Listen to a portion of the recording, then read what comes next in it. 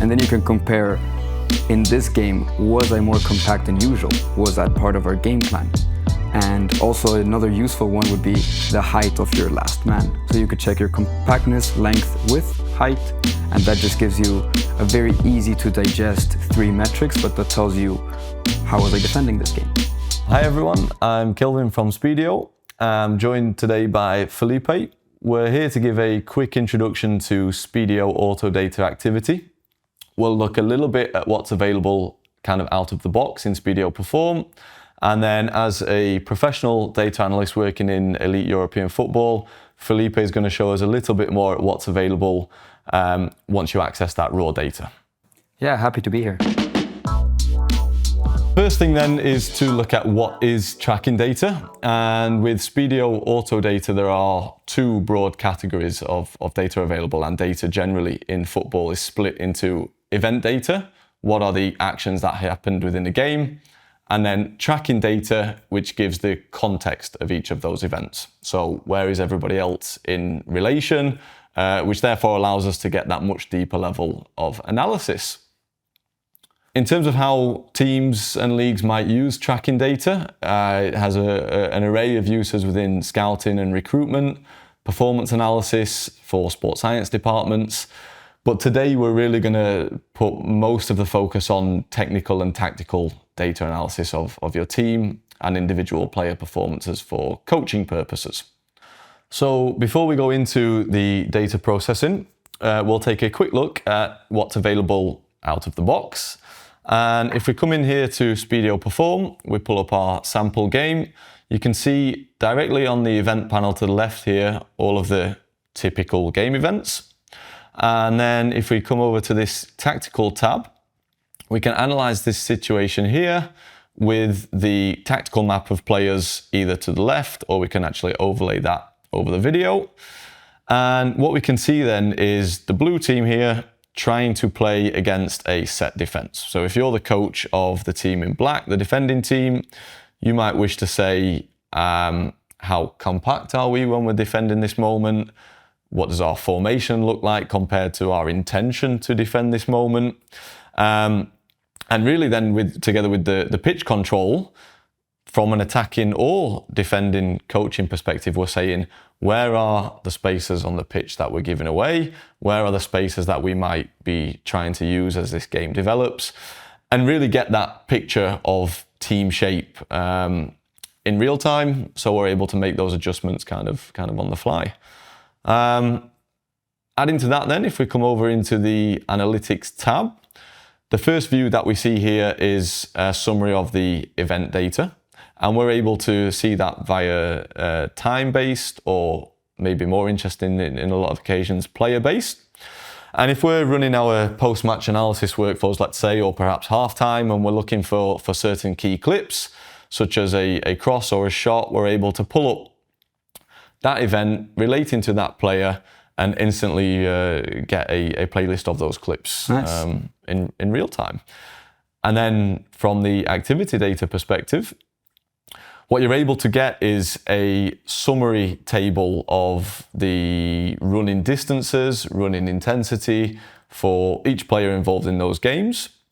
And the interesting thing here from a Spiideo perspective is if this is, for example, across an entire league, then now we've got some standardized kind of metrics for running data across every player, across that competition. And then over the years, you start to get perhaps benchmarks and a standardized way of analyzing that physical side of performance. Again, without the players needing to be using wearables. This is done from the same camera infrastructure that is perhaps used for general analysis, perhaps even broadcast and officiating, as is part of the Spiideo portfolio. The sprint data, you have it for both teams, right? It's available for both teams. Okay. Yeah. And then, yeah, again, broken down first and second half. Perhaps interesting to note at this point that for this game, we see here a sprint defined as above 24 kilometers, a high-speed run 21 to 24, etc. These benchmarks are obviously not defined by Spiideo. Those will be defined by the league or the sports organizations that set up the tracking data. Okay, so to take this one step further then, and get some more meaningful and personalized models and metrics to each team, Felipe, if you could give us a brief outline of the workflow and the tools that are required to turn this raw data into something more meaningful. Yeah, I like to use Python. You could use different softwares, but that is my one of choice. And then we have to just, first of all, get the data through an API, it is called, but it's just asking a server like, hey, can you send over the data? And what is nice is that some leagues have a deal so that every single team has access to all the games. And then that is really nice because I can just ask for the game that I want to and I can just receive it. So also I don't have to store it locally all the time. And once I have that data there, I just chunk it up into different pieces because it gets quite large as it's getting with more detail, more frames per second. It can be too large to work all at once. So you chunk it up and take these little chunks and then see these snapshots of the game. Nice. We're going to talk about a few kind of themes that as a coach, as an analyst, you might wish to have information on your team's performances. So the first one I'd like us to look at is how you might go a little bit deeper on team shape. So we saw earlier the Spiideo visual tool that moves in real time and shows you the location of players, the distances between them. But if you can talk a little bit more about how you might work with these metrics. Yeah, of course, the start is actually quite similar, which is just seeing the basic shape of the opponent and seeing a basic question, are we inside or outside the shape, right? But something that can be interesting for a coach, especially defensively, is something as simple as just the length or the width of the team. So sometimes, yes, there is a shape, which is this odd polygon, but you just want to know what is a length, what is a width as a simple square. And then you can compare, in this game, was I more compact than usual? Was that part of our game plan? And also another useful one would be the height of your last man. So you could check your compactness, length, width, height, and that just gives you a very easy to digest 3 metrics, but that tells you, how was I defending this game?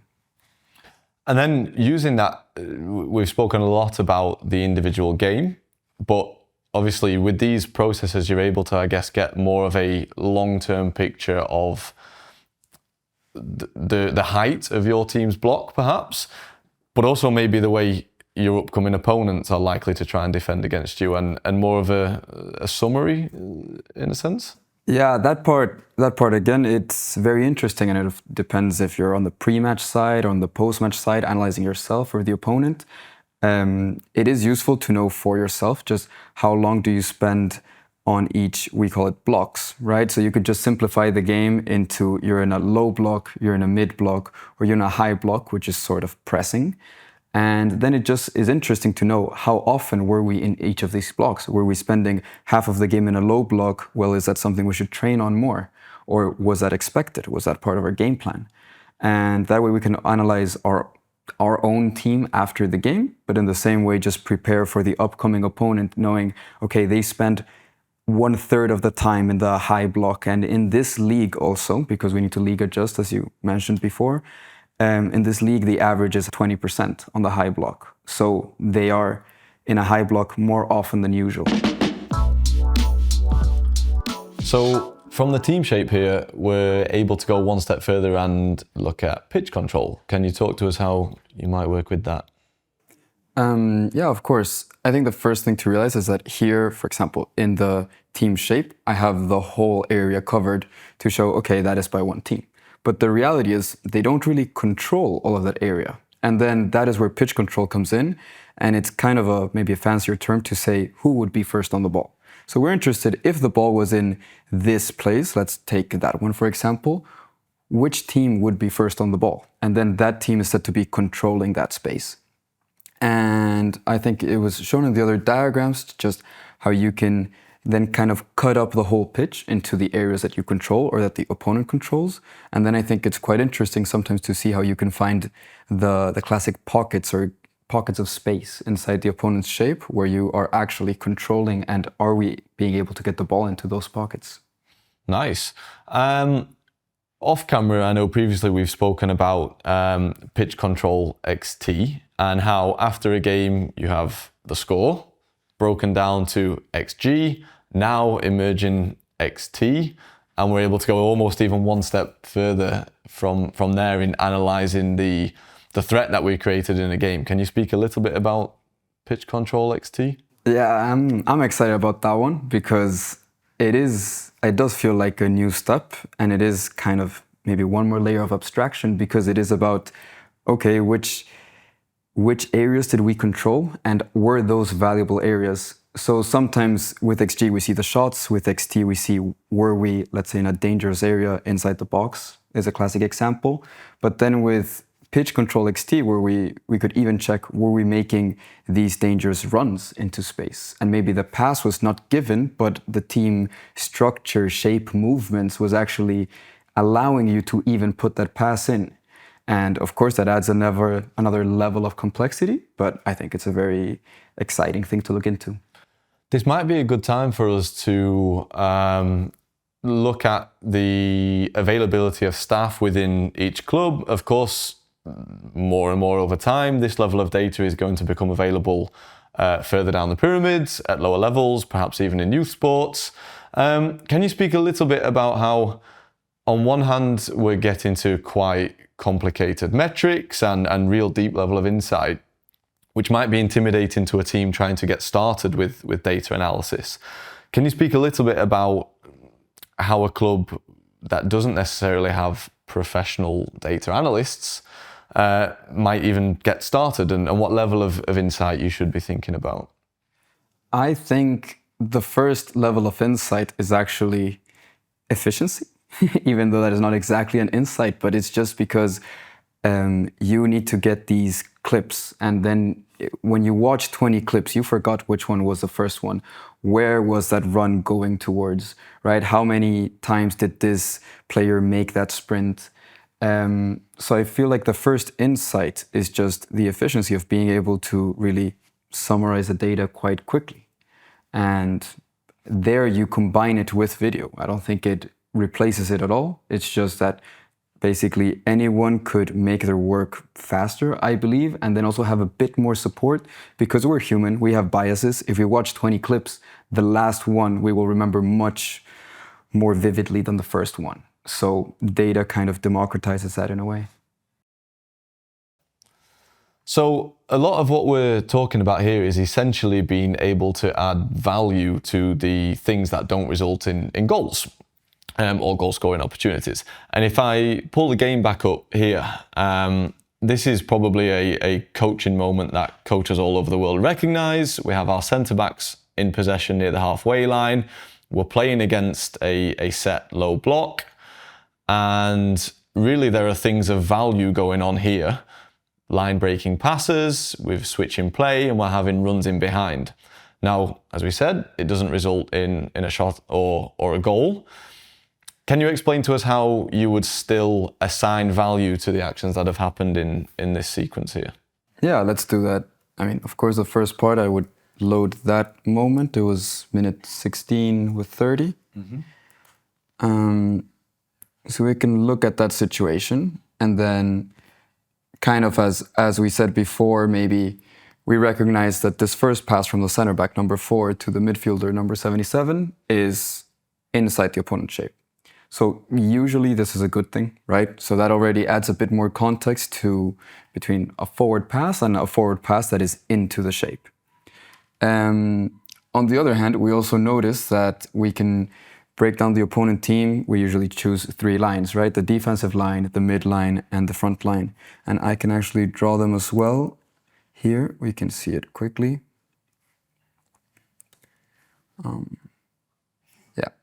In this drawing, and we can see that yes, the front line was broken, but not the mid line. Of course, you can also see it on video, but sometimes with a tactical map, it's a bit easier to just look at it with this angle. And then we can categorize this pass as, okay, it was into the shape, it was a front line break, we could call it. And now we can think about how much value does that have. In our research that we have done, we have actually seen that it is not so important to break the front line, or it is very important, but it's just not that telling into are you going to win this game as much as, of course, the midline or the back line. We've seen that there is just much less correlation. So we would just give this pass a lot more value if, let's say, the whole opponent team was 5 meters higher up the pitch. Now suddenly you're also breaking the midline, and that is just now a lot more value. Sorry to interrupt. So if we take that isolated situation and we're assigning presumably a numerical value to each pass, we're then able, I guess, to get a kind of longer term view. So as coaches, we're looking for example, centre backs that are more effective with line breaking passes. We're able to assign a numerical value to all of our players in terms of these kind of metrics. And it's beyond just kind of the naked eye, where a player seems to make a lot of line breaking passes. We're able to confirm what we're seeing. Exactly. You can just get that summary over a game, and what is very interesting is over many games. And if you have the league-wide deal, it's also interesting for scouting because you can look at all the games. And how you can assign a specific value, maybe the first step into that is just saying, okay, the ball was at point A and it went to point B. And then with expected threat, you can just, given the situation and the arrangement of how the players were standing on the pitch, give a certain probability of a goal being scored within the next 7 or 10 seconds. And so we can just see if at the beginning it was 1% or basically 0 when it's 2 center backs having the ball in their own side of the pitch, that went into maybe a 2 or 3% situation just because you did a midline breaking pass. And now we can attribute that expected threat difference from 1 to 3, so the difference is 2, to a center back. What have been your experiences analysing individual plays like the one we just saw on screen versus the kind of longer term and picking out trends from the data and these kind of things, in terms of like coaches being interested in these two sides of it? I think, then there's 2 sides of it, which is the scouting, where a lot of people are very interested in the longer trends, and then coaches are usually more match by match basis, right? Because they're interested if their game plan was to break the line to find this pocket, were we actually doing that? So they could be more interested in the match by match basis. And what we like to do in either case when we look at many games is to also, as you said, longer term, is to follow the play a bit more in time. So there was this line breaking pass, but we can just let the play run for 5 more seconds and then see where did it end up. Because if I give you a line breaking pass into a completely congested area and now you have to give it back to me, well, now really we created no real threat. So then many times what we do is actually let the play run for a bit and just take a certain time around the play and then attribute that value to the player. And sometimes that over time, you got good teammates that make great plays sometimes and teammates that make mistakes, but over time that will also even out. And then it's very useful for scouting to see, are you just consistently giving advantage to your teammates? Towards the end of the clip then, we saw the attacking player try to make the run in behind the last line and it was unsuccessful. Can you speak about how you're actually able to capture off the ball movement? Yeah, with the tracking data, it actually sounds simple at first, right? You take the defensive line and then you just measure, did someone move quickly and break this line? It turns out to be a bit more complex because many times, the defenders are also moving backwards. So, or maybe the player realizes he's going to do a line-breaking run and then he stops because he sees, okay, they're not going to give me the ball, I'm going to be offside. And then how do we quantify these ones as well? I've made some algorithms to kind of tell when it is a run in behind. And then we can also quantify and summarize those ones and compare game by game or compare player by player. So is it correct to say you're able to not only identify what is a running behind, you're able to identify what type of running behind, so overlaps between a centre-back and a right-back, and also to add some value to this running? Absolutely, because that that part is very important context, right? An overlap is very different to running behind in between the center backs. So we normally categorize them, and in that way we can tell which players are actually doing which types of runs. And then I guess the next part of us analyzing threat would be starting to assign some value to dribbling. So can you talk to us about how you're able to create models for players that dribble? Yeah. The starting point is, of course, then receiving the ball, right? So if we just go again to this situation, if we let it run, the ball actually goes out to the wing and he moves forward a tiny bit. But that is also technically also a dribble, even though it's not a one-on-one where a player clearly gets beaten. We can still assign a dribble value to where you carry the ball. Are you leaving the ball in a more dangerous place than where you received it? You know, that it can also be considered a dribble.